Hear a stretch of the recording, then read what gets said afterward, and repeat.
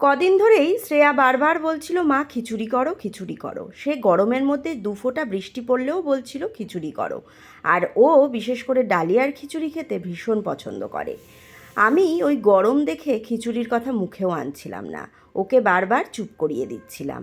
আজকে দেখলাম অনেক রকম সবজি আছে, আর প্রত্যেক দিন রুটি খেতে খেতে না আর ভালোও লাগে না।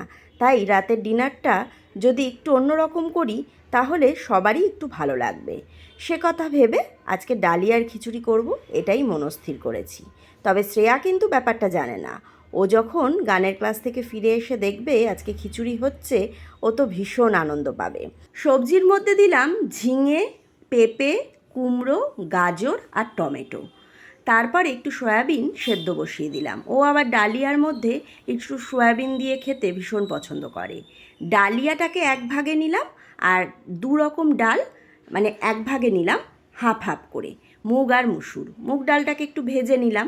তারপরে সব কিছু একদম প্রেশারের মধ্যে দিয়ে দিলাম, সবজিগুলো দিয়ে একটু নুন আর হলুদ দিয়ে সিটি মেরে নিলাম। ডালিয়ার খিচুড়ি যে এত সুন্দর খেতে হয় সে কথাটা আমি আগে জানতামই না। শ্রেয়া যখন মাধ্যমিক দেবে সেই সময় শ্রেয়ার এক বান্ধবীর মা ওখানে করে নিয়ে গিয়েছিল।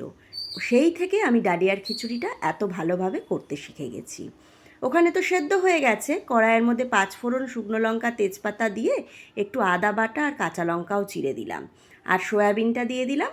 আর নামাবার আগে একটু মিষ্টি দিলাম, ঘি দিলাম, আর একটু শাহি গরম মশলা দিয়ে দিলাম।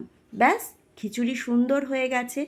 কোনো অংশে কিন্তু এই খিচুড়িটা গোবিন্দভোগ চালের খিচুড়ি মানে ভোগের যে খিচুড়ি হয় সেই খিচুড়ির থেকে কমতি যাবে না।